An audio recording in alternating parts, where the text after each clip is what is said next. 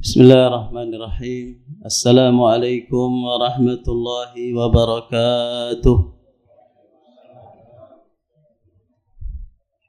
Alhamdulillah. Alhamdulillah bi ni'matihi tatimmus shalihat wa bi fadlihi tatanazzalu ar-rahmat wal barakat wa bi taufiqihi tatahaqqaqu maqasid wal ghayat. Wa nusalli wa nusallimu alaihi wa ala alihi wa sahbihi wa man sara ala nahjihi ila yaumiddin, amma ba'du. Hadratil muhtaramin, para guru, para asatidzah yang saya muliakan, jamaah Masjid Al-Akhbar yang dirahmati Allah Subhanahu wa ta'ala. Alhamdulillah, pada pagi hari ini Allah berikan kekuatan kepada kita, berikan taufik kepada kita untuk berada di salah satu rumah Allah Subhanahu wa ta'ala. Semoga satu langkah menghapus dosa kita, langkah yang lainnya mengangkat derajat kita di sisi Allah Subhanahu wa ta'ala. Salawat dan salam pada junjungan kita Nabi besar Muhammad sallallahu alaihi wasallam, al-qail man yuridillahu bihi khairan yufaqihu fid din. Barang siapa yang dikehendaki kebaikannya oleh Allah Subhanahu wa taala di dunia maupun di akhirat, yufaqihu fid din, Allah berikan pemahaman yang baik terhadap agama ini. Semoga majelis kita ini adalah bagian dari cara Allah Subhanahu wa taala agar kita bisa memahami agama ini dengan baik dan kemudian kita bisa istiqomah di atas sunnah Rasulullah sallallahu alaihi wasallam. Bapak-bapak dan ibu-ibu yang rahmat Allah Subhanahu wa taala, di awal tahun Hijriah, tahun Islam, walaupun tidak sepopuler kalender penanggalan Masehi memang, karena gajian kita, gaji itu bukan pakai bulan Hijriah, pakai Masehi. Sehingga kalau tahun baru Masehi itu sangat gemgap gempita, ya, banyak pesta-pesta dan sebagainya. Karena tahun Masehi berarti bicara tentang hasil-hasil kerja kita, gajian kita. Tapi kalau giliran tahun Hijriah, nah, yang muncul ru'yah atau hisab, sehingga males ngikutin ru'yah dan hisab, ya. Tapi kalau ngikutin tanggal gajian, rajin. Kita belum jauh dari masalah harta. Pada pertemuan terakhir kita membahas tentang harta yang memiliki dua sisi layaknya pedang, sisi duniawi, sisi ukhrawi. Kalau kita pandai menggunakan harta, maka dia akan mendatangkan kemaslahatan yang tidak bertepi.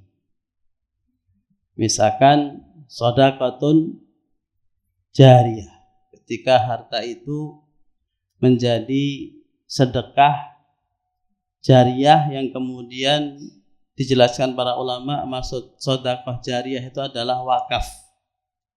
Ya, wakaf. Pahalanya akan mengalir terus sampai kiamat. Ya, wakaf itu bentuknya fisik seperti tanah. Kalau kita wakafkan, maka tanah akan terus ada sampai dunia ini ada. Jadi pahalanya mengalir terus.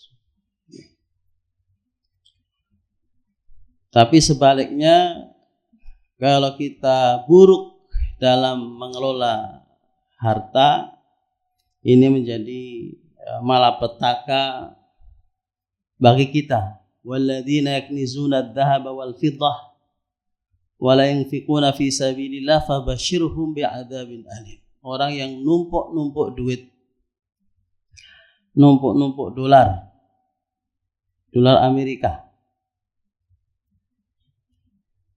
emas-emasan, yaknizuna adh-dhahaba wal fiddah, kemudian tidak menginfakkan di jalan Allah Subhanahu wa taala. Ini masalahnya.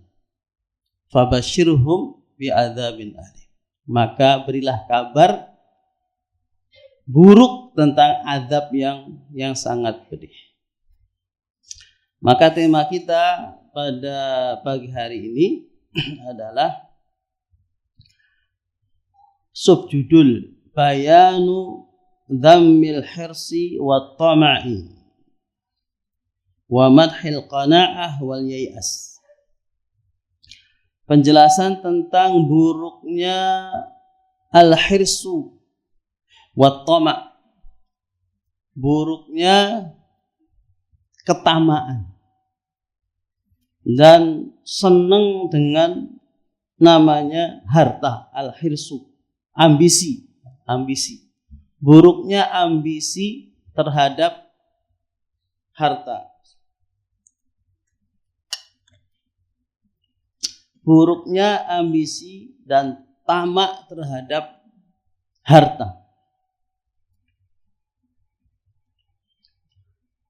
Allah Subhanahu wa taala memperingatkan kepada kita, innama amwalukum wa auladukum fitnah. Ingat, sesungguhnya harta-harta kalian itu dan anak-anak yang kita banggakan itu ada fitnah. Wallahu indahu ajrun azim. Fitnah, ada ujian yang kadang kita mendahulukan harta dan anak daripada Allah Subhanahu wa ta'ala. Sering syariat Allah ditabrak demi cuan, kata orang sekarang. Makanya setorannya sehari berapa, Pak?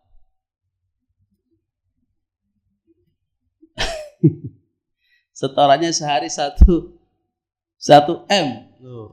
Sedangkan ngitung mundur kira-kira sudah berapa hari beliau itu berdinas itu, Pak. Berarti sudah berapa M yang masuk ke cara haram. Ya, cara memang orang korupsi itu bukan kasus pencurian biasa. Yang kalau dalam hukum Islam tentu bukan dipotong tangan, Pak. Kalau korupsi itu tidak masuk pidana sarikoh. Sarikoh itu pencurian konvensional. Orang sembunyi-sembunyi mendatangi rumah, mengambil harta orang lain dari tempat penyimpanannya fisik. Tapi korupsi ini enggak begitu, Pak. Korupsi ini menyalahgunakan jabatan, tidak sembunyi-sembunyi. Ini adalah kompromi. Ya. Ada namanya hadiah, ada namanya macam-macam. Maka salah Profesor Mahfud MD ketika salah orang yang menuntut ditegakkan syariat Islam terhadap korupsi. Kok enak? Ambilnya triliunan cuma potong tangan. Saya luruskan bahwa kalau kita belajar fikih jinayat, ya, fikih pidana Islam, korupsi itu tidak dihukum potong tangan, tetapi potong leher. Tergantung besar kecilan yang dikorupsi. Jadi bukan sarikoh. Jadi mungkin beliau kurang keburu-buru kira-kira ya, keburu-buru, sehingga menyalahkan orang yang menuntut ditetapkan syariat Islam dalam kasus korupsi. Dia samakan dengan kasus pencurian yang hanya dipotong tangannya. Ini fitnah, Pak. Fitnah. Dan hari ini kita kehidupan kita begitu. Ya, fitnah, masalah duit, masalah uang, masalah harta.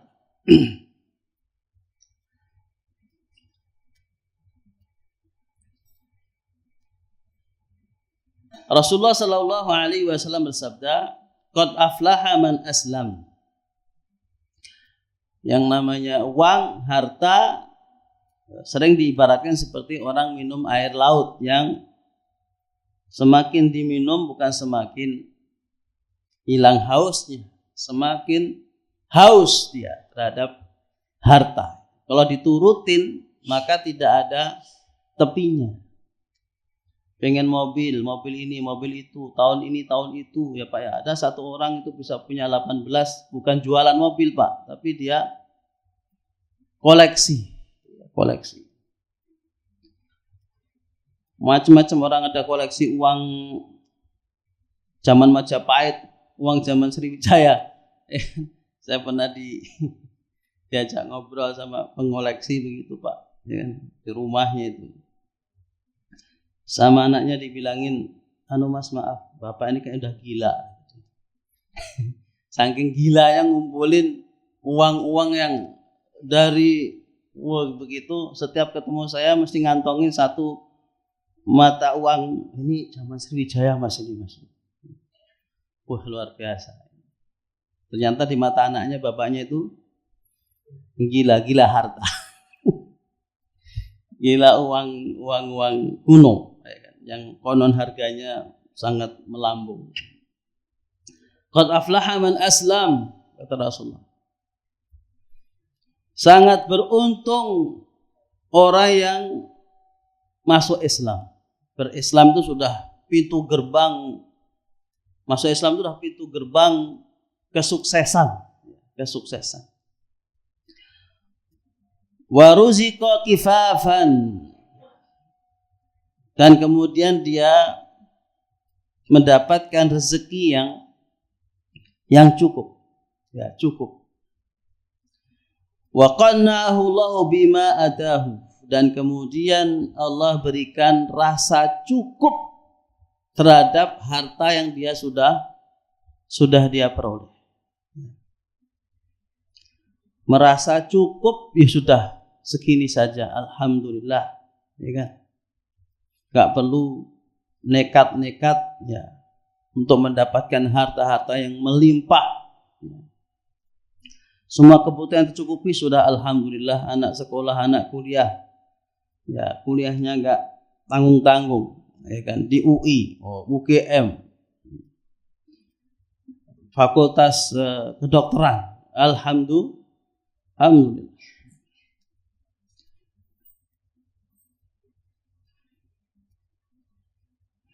Rasulullah Shallallahu Alaihi Wasallam juga mendorong kita untuk qanaah, untuk mensyukuri apa yang sudah kita dapatkan dalam urusan harta. Al-qanaatu malun la yanfad. Namanya merasa cukup, merasa bersyukur terhadap harta yang kita peroleh. Kadang-kadang seseorang itu kerja sampai nggak berkeringat aja gajinya sudah puluhan juta, ratusan juta bahkan, tapi belum qanaah juga.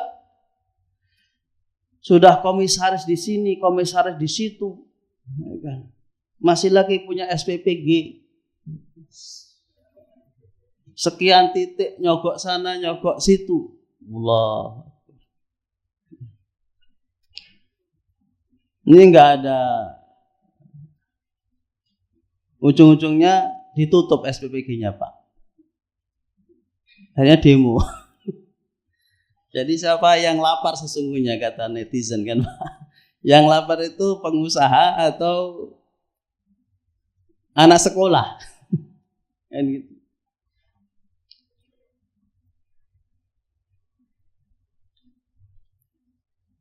Rasulullah Shallallahu Alaihi Wasallam mewanti-wanti tentang orang yang ambisi dengan harta, numpuk-numpuk harta. Amal hirsu namanya ambisi terhadap harta, faqad naha anhu Rasulullah sallallahu alaihi wasallam. Rasulullah melarang kita untuk ambisi ngumpulin harta-harta. Faqala ayuhan nas ajmilu fi talab. Wahai manusia, maksudnya kaum muslimin ini, wahai orang Islam, ajmilu fi talab. Kalau cari rezeki yang bagus, ajmilu, yang bagus, yang profesional, yang sesuai kompetensi, ya. Jangan serudak-seruduk, ya. Ajmilu fit talab. Kalau bahasa puisinya, indahkan dalam kalian mencari rezeki itu. Bukan sekedar mencari rezeki, tapi indah, ajmilu.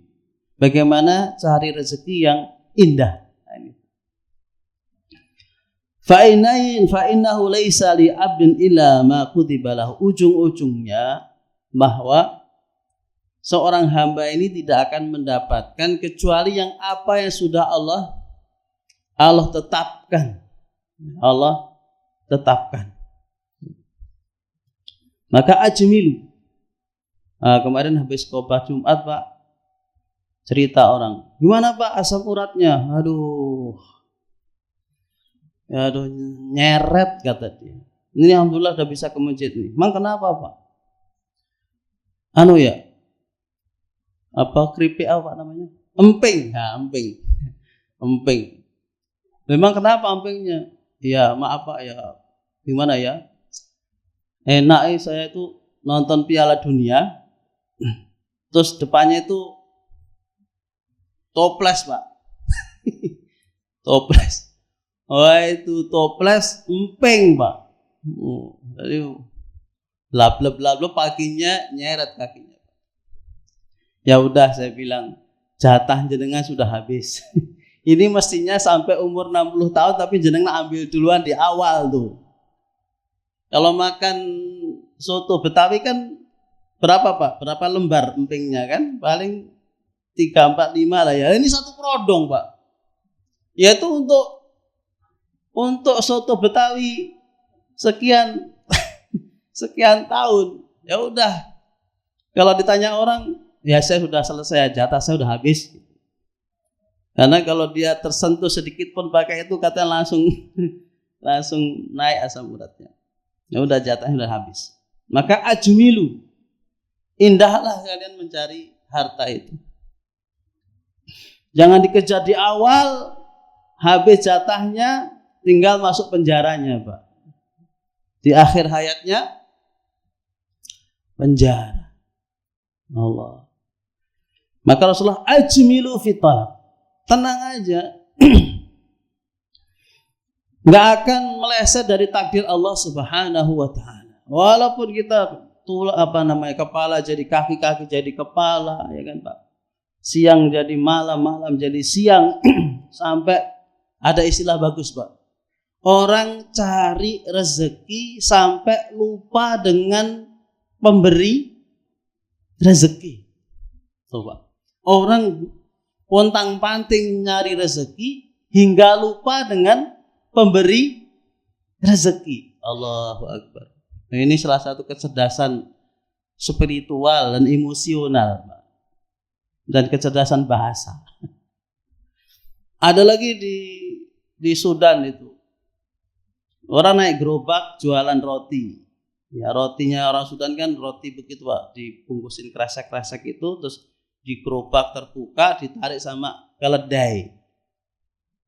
Panas. Tapi yang menarik adalah tulisan dia itu Pak, yang biasa di belakang gerobak. Kalau kita kan biasanya tunggu jandamu itu. Itu di Sudan itu Abdul Ghani. Allahu Akbar. Abdul Ghani. Hambanya yang maha kaya, mesti dia akan kaya. Wow. Ini luar biasa. Nah, orang sekarang kan nekat Pak, kan? Nekat nyari rezeki senekat-nekatnya itu. Nekat. yang bawahan ya menjilat, atasannya korupsi. Udah lengkap Indonesia ini. Ya kan? Lengkap negeri kita. Yang atasan korupsi, yang bawah begal, Pak.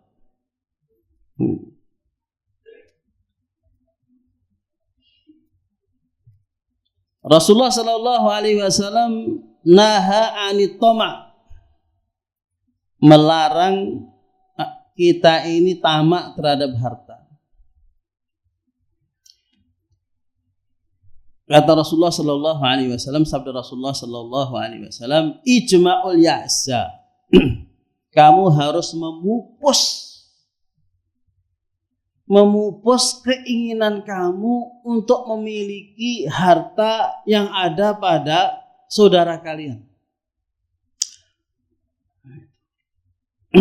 Pengen milik dengan hartanya orang. Bima fi aidinas ajmu ya'sa, pupuslah keinginan-keinginan kamu mengirikan harta yang ada di tangan manusia. Karena kalau kita terus melihat yang di atas kita, Pak, nggak akan selesai. Di atas langit ada langit, itu dalam serial radio itu, Pak, ilmu silat itu. Termasuk keduniaan, Pak. Keduniaan itu di atas kaya ada yang lebih kaya. Nggak akan selesai kalau nggak pakai pendekatan qanaah itu. Bahwa apa yang Allah berikan untuk kita memang cocok untuk kapasitas kita. Kapasitas kita itu segini. Ketika diberikan lebih, obesitas, Pak. Obesitas duit. Tentu senang, Pak, ya. Tapi di balik obesitas itu ada satu ancaman, yaitu namanya kematian yang cepat. Tuh. Musibah yang besar tanpa disadari. Makanya orang-orang yang menggunakan cara-cara yang kotor itu sebetulnya menggali kuburannya sendiri. Baik di dunia maupun di akhiratnya. Karena harta ini paling rumit, Pak.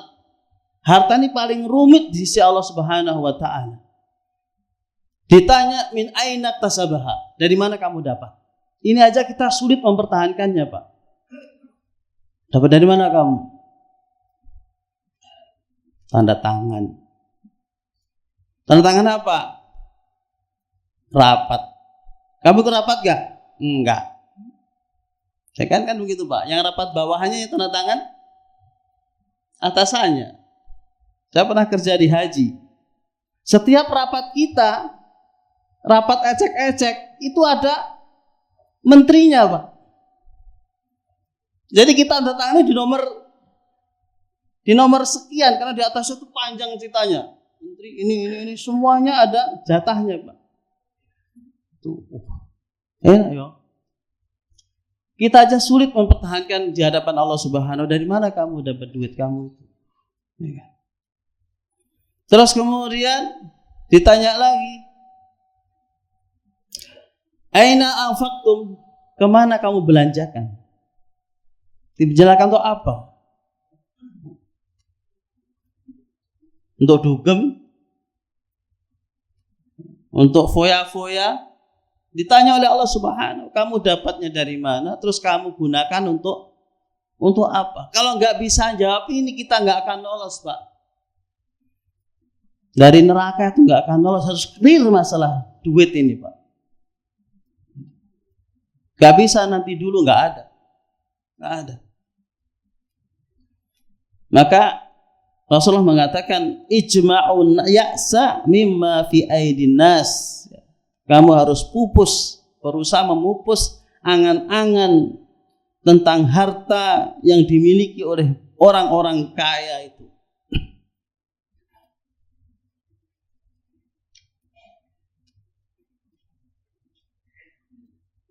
Waqila at-tama'u yudhillul amir wal ya'su yu'izzul faqir.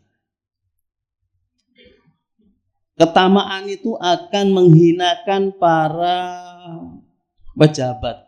amir, para penguasa, ujung-ujungnya akan dihinakan oleh Allah Subhanahu wa ta'ala. At-tama'u yudhillul amir. Ketamaan itu akan menghinakan para orang-orang yang punya wewenang, punya wewenang. Sebaliknya aya'su yu'izul faqir, tapi sebaliknya orang yang qanaah itu akan menjadikan seorang fakir itu mulia. Nah, bagaimana caranya bayanul ilajul hirsi wa tama? Bagaimana kita ini mensiasati agar kita tidak terjebak di dalam ambisi terhadap harta atau tamak terhadap harta. Karena harta ini memang zuyina linnasi hubbus syahawati minan nisa'i wal banin wal qanatiril muqantarati minadh dhahabi wal fiddah. Memang oleh Allah Subhanahu wa taala harta ini dijadikan indah. Zuyina linnasi hubbus syahawati minan nisa' wal banin, telah dijadikan indah bagi syahwat manusia tentang siapa? Tentang wanita, tentang anak yang sukses, tentang harta benda yang banyak dari emas maupun perak. Wallahu indahu husnul ma'ab. Tapi ingat, ada yang lebih indah daripada itu semuanya, yaitu di sisi Allah Subhanahu wa ta'ala. Nah, ini yang harus kita rubah gitu, mindsetnya itu, bahwa apa yang di sisi Allah jauh lebih indah daripada capaian-capaian dunia itu yang menyeret kita kepada perilaku hewan itu.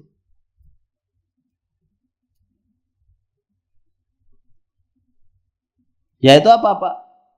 Di bawah menjilat, ya kan? Kalau lagi di bawah jilat, kerjaan siapa Pak? Hewan menjilat. Ya. Kalau dengan rekan menggigit Pak, lihat anjing makan Pak atau kucing makan Pak, ya kan? Kalau bareng temannya diapain Pak? Cakar, gitu kan Pak. Kalau nggak dapat, apa? Menggonggong Pak. Kata netizen, hidup tidak seanjing itu bro. Gitu bro. Hidup tidak seanjing itu bro. Ini yang terjadi Pak. Maka dukun-dukun laris Pak. Ini jaminan jabatan kamu awet, ini ada orang gak suka sama kamu nih, maka kamu harus bawa kembang 7 taman mengamankan posisi. Karena apa? Temannya gigit Pak, bersaingnya gigit, ya kan, ke atas jilat, gak dapat, demonstrasi Pak. Anjing kan Pak. Tuh. Senang pun kalau ketemu orang ini akan bilang kamu anjing. Biar kita enggak kayak hewan ternak, kalbahaim, ya kan, main serobot, main tindas. Ilat bagaimana? Siapa sih nggak pengen duit kan gitu Pak? Siapa sih nggak pengen punya ini punya itu? Semua saya kira punya. Tapi kata mu'alif ini Al-Imam Al-Ghazali memberikan caranya agar kita tidak terseret kepada ambisi dan tamak terhadap harta. Kata beliau, pertama adalah al-iktisad fil ma'isyah. Al-iktisad fil ma'isyah. Hidup dengan sederhana. Hiduplah dengan sederhana. Jangan diturut-turuti Pak. Tiap hari padang pagi sore. Kalau kena uduk dia masuk angin, Pak. Tuh. Jadi makanannya sudah hidup yang sederhana, iktisad fil ma'isyah. Mobil juga begitu. Mobil kalau diturutin nggak ada selesainya kan, Pak? Nggak ada selesainya mobil. Dulu kalau punya Cherry itu udah keren banget. Muncul ini, muncul itu. Sekarang hybrid lah, itu kan hybrid antara bensin dan listrik. Nggak akan selesai. Dan Ansel itu kadang saya tuh tadabur di jalan raya itu, Pak. Masya Allah ya. Orang nggak ada kenyangnya dengan model. Setiap ada mobil baru itu indennya itu berbulan-bulan, Pak. Teman saya jual mobil Vios itu untuk beli mobil apa gitu, 3 bulan nunggunya, Pak. Ini Vios 2008 aja masih bagus ini. Masih lari 140 masih bisa ini. Apa yang kurang? Kayak saya naik Vios tuh kayak udah kayak keren banget ya.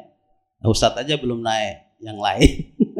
Ya kalau kita turutin mana selesai kan gitu ya. Gak ada selesainya. Sampai mobil yang kecil apa ya kayak gerobak aja itu ya Allah banyak kali yang inden rupanya yang listrik tuh, Pak, kecil tuh, Pak.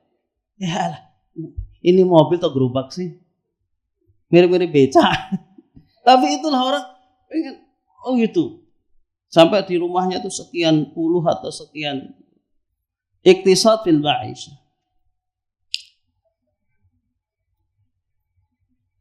Makan gitu.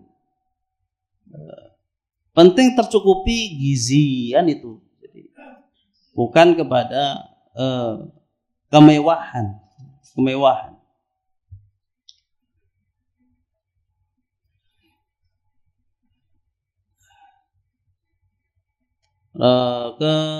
Itu pertama ya. Pertama kita memilih cara hidup yang sederhana. Rasulullah Shallallahu Alaihi Wasallam itu sosok yang dikatakan hartanya itu selalu nisab tapi tidak pernah haul. Ya. Duitnya nisab terus, Pak, dikit-dikit nisab, tapi nggak lama sudah habis nisabnya. Sehingga Nabi tidak ada riwayat Nabi bayar zakat. Karena uangnya selalu datang banyak, kemudian habis. Kemudian Nabi hidup dengan kehidupan yang pas-pasan. Nggak sempat beli ini, nggak sempat beli itu, uang sudah habis. Makanya istrinya pada protes, ya, minta tambahan nafkah bulanan atau, ya kan? Kata Nabi, kamu nikah sama Nabi loh, kamu nikah sama Rasul loh, bukan seperti orang biasa. Nabi itu ya tanggung jawabnya seluruh umat. Makanya Nabi tidak pernah menolak orang minta kepada Nabi. Siapapun mesti akan diberi oleh Nabi. Ya wajar kemudian istrinya kan manusia biasa, ya kan? Pengen pakai gelang, pengen pakai ini, pakai itu, ya kan? Nabi diem aja. Wong ini kok nggak paham ya bahwa suaminya itu Nabi dan Rasul yang tanggung jawabnya bukan keluarga saja, tapi tanggung jawabnya seluruh umat Islam. Itu tanggung jawab Rasulullah Sallallahu Alaihi Wasallam. Kok tega-teganya masih membebani suami dengan minta ini, minta itu? Maka Nabi diem aja. Sampai mertuanya pada bingung, Pak. Mertuanya siapa? Ada Abu Bakar, ada Umar kan itu. Abu Bakar nih nanya putrinya, "Dok, ada apa? Kamu dicerai sama Rasulullah?" "Enggak." "Tapi kok nggak pernah datang ke sini?" "Ah, itu masalahnya, Pak." Kira-kira gitu. Dialog imajiner. Umar juga begitu loh. Kok Nabi Muhammad setiap saya ke putri saya Hafsah kok nggak pernah ada. Emang kenapa? Ada apa? Diem aja, Pak. Ngerti Aisyah itu salah gitu. Maka nggak mau cerita. Masalahnya apa? Masalahnya aku minta tambahan uang. Nah, itu langsung dicubit, Pak. Ini pinggangnya si Aisyah tuh. Kamu ini nggak cerdas ya. Maka turun ayat Allah Subhanahu wa taala. In kuntunna turidnal hayatad dunya. Ini Allah langsung nih, Rasul udah nggak bisa ngomong apa-apa. Ya kan, kadang suami itu nggak bisa ngomong apa-apa, harus dibelain sama orang lain. Ya udah mentok, udah mentok gitu. Makanya Allah juga mengatakan kalau konflik keluarga itu hakaman min ahli wa hakaman min ahliha. Kalau udah konflik keluarga itu perlu ada penengah, ya, mewakili keluarga istri, mewakili keluarga suami, kemudian bicara baik-baik. Karena kadang suami istri udah nggak bisa komunikasi dengan baik. Ya. Ada yang cuma langsung kata-kata yang kasar kadang. Padahal hatinya masih cinta kan gitu Pak ya. Tapi gara-gara duitnya kurang jadi cintanya terhalang Pak. Kata Allah, in kuntum la turidal hayatad dunya, kalau kamu pengen kehidupan dunia seperti yang lain-lainnya, ya umatikunna wa usarrihkunna sarahan jamila. Aku akan berikan apa yang kamu inginkan seperti istri-istri yang lain. Tetapi risikonya usarrihkunna jamila. Aku cerai kalian semua. Oh. Nah, ini baru para istri sadar Pak, ya kan, bahwa akhirat lebih utama daripada kehidupan dunia.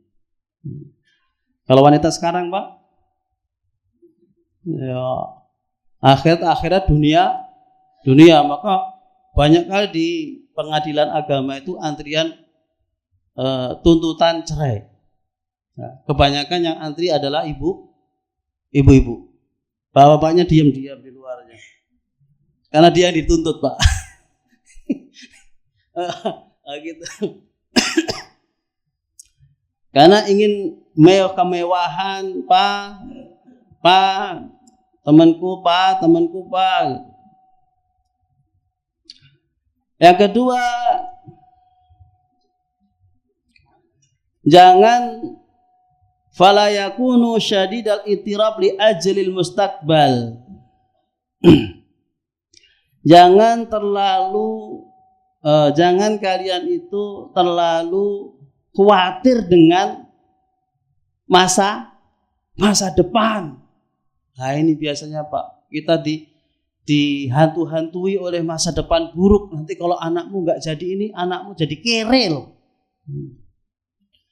Kalau Bapak nggak ambil kesempatan ini Pak, kapan lagi kesempatan nggak akan datang dua kali Pak. Nanti gimana? Ah, ini setan. Inna syaitana ya'idukumul faqra. Setan itu kerjaannya urusan duit, selalu yang dihembus-hembuskan, nanti kamu melarat loh, kamu nanti miskin loh, kamu nanti yang jelek-jelek. Itu kerjaan setan Pak. Maka kemudian orang tuh nekat melakukan apa saja, nyokok, kan gitu. Semuanya. Nanti gimana?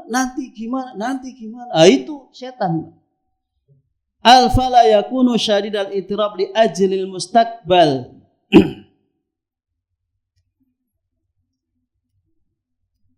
Nah ini, ketakutan dengan masa depannya. Nanti gimana? Akhirnya nekat. Rasulullah Sallallahu Alaihi Wasallam mengatakan kepada Ibnu Mas'ud, Inna ruhal qudsi nafasa fi ru'i. Bahwa Rasulullah menceritakan beliau mendapatkan wahyu yang isinya adalah annahu laisa min nafsi tamutu hatta tastakmila rizqaha wa ajalaha. Orang itu enggak akan mati sebelum sempurna rezekinya.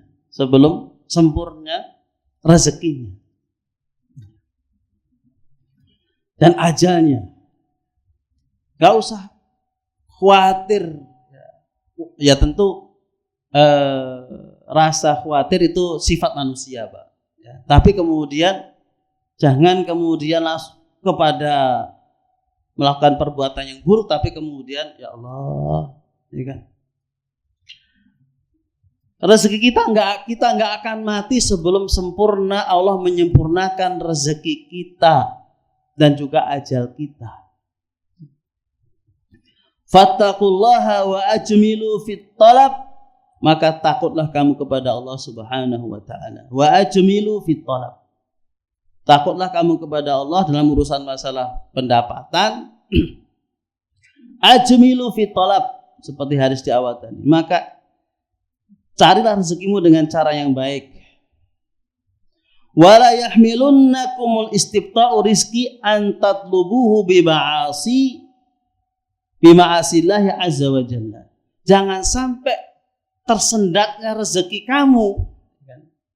Kan kadang kita kok, ya Allah aku wis ngene tapi kok itu kan.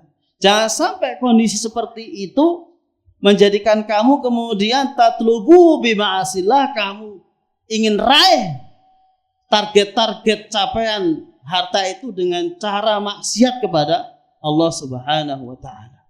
Wah, kan gitu Pak. Karena kalau dunia kerja kan begitu, ada target dapat sekian kan begitu. Di rumah tangga juga mulai begitu. Kita harus begini. Kok kemudian rasanya kok hangel gitu ya Pak ya. Bot kan gitu ya.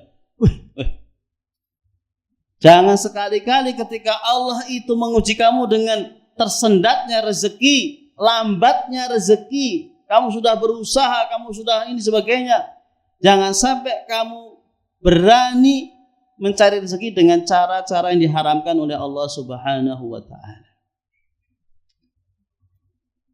Fa innahu la yudriku indallahi illa bi ta'atihi. Sesungguhnya rezeki yang Allah Subhanahu wa taala itu yang akan berdatangkan keberkahan harta kita adalah dengan ketaatan kepada Allah Subhanahu wa taala. Nah, ini cara kedua, Pak. Jangan terhantui dengan masa depan yang dibisik-bisikkan syaitan, kamu akan miskin, kamu akan dan seterusnya. Kemudian yang ketiga, an ya'rifa ma fi qana'ah minal izzil istighna wa ma fi tama'i hirsu minadulli. Bahwa rasa bersyukur atas karunia Allah Subhanahu wa taala dan tidak butuh dengan harta yang haram itu akan melahirkan kemuliaan. Tapi sebaliknya, ambisi terhadap harta dan tamak sehingga mencari cara yang menyalahi Allah itu adalah sumber dari kehinaan kita. Yang keempat, an yakthura tafakkuruhu fi tana'umil yahudi wan nasara wa aradilun nas wal hamqa. Kita harus kadang mikir gitu bahwa bagaimana orang-orang kafir itu memperlakukan duit, Pak. Orang-orang kafir ya nggak ngerti halal haram, semuanya halal, ya kan? Bisnis minuman keras, bisnis judi, ya kan? Bisnis perempuan. Saya baca itu di Jawa Timur katanya bisnis perempuan itu sudah sekarang orang level tinggi itu udah nggak lagi mainnya dengan orang Sunda Jawa, tapi sudah Rusia, ya kan? Gitu Pak. Dan ini semakin tahun semakin meningkat. Loh. Saya pernah baca majalah bisnis itu Pak. Menjijikkan. Mesti itu hidupnya mesti akan dari minuman keras, obat-obatan. Dan saya pernah mendapatkan Pak, masalah kasus hotel besar di Indonesia ini. Pernah saya diceritakan bagaimana hidupnya pemiliknya. Itu Pak, di sontek itu untuk menghibur diri, untuk menenangkan diri, dia harus pakai peralatan obat-obat begitu Pak. Mesti hidupnya kacau banget. Orang yang nekat dengan nekat untuk mendapatkan harta seperti orang-orang kafir.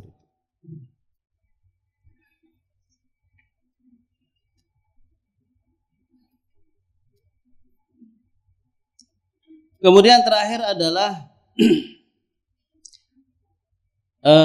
ketahuilah bahwa di balik harta itu ada bahaya laten.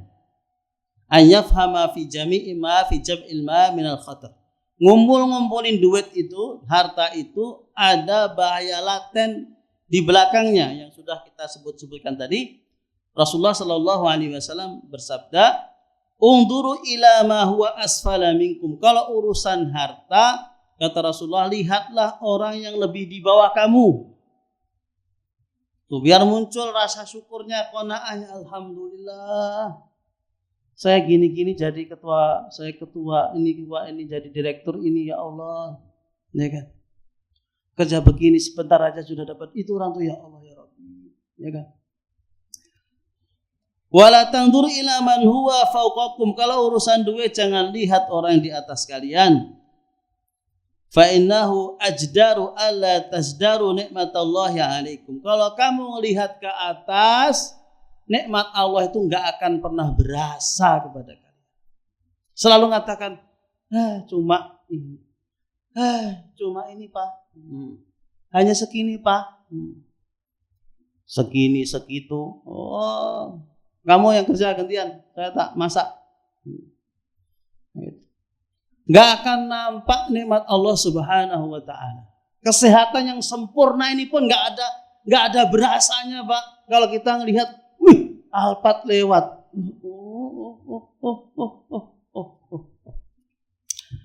Wadah sehat walafiat, jalan keringetnya ngocor, masya Allah, lari pun bisa kenceng. Bisa jadi di dalam Alphard itu orang udah nafasnya sudah kita irikan, Mbak. Kita nggak lihat aja katanya hitam. Dia jadi di situ berantem suami istri, Pak. Wah. Kita di luar, panas kan. Ya Pak, makan soto, keringetnya tambah banyak, Pak. Ada banyak orang yang soto, mati kalau aku makan soto nanti. Demikian yang dapat saya sampaikan pada pagi hari ini, semoga bermanfaat bagi kita semuanya. Mari kita tutup dengan bermunajat kepada Allah Subhanahu wa taala. Terkhusus kita mengawali tahun baru Islam. Semoga kita bisa hijrah.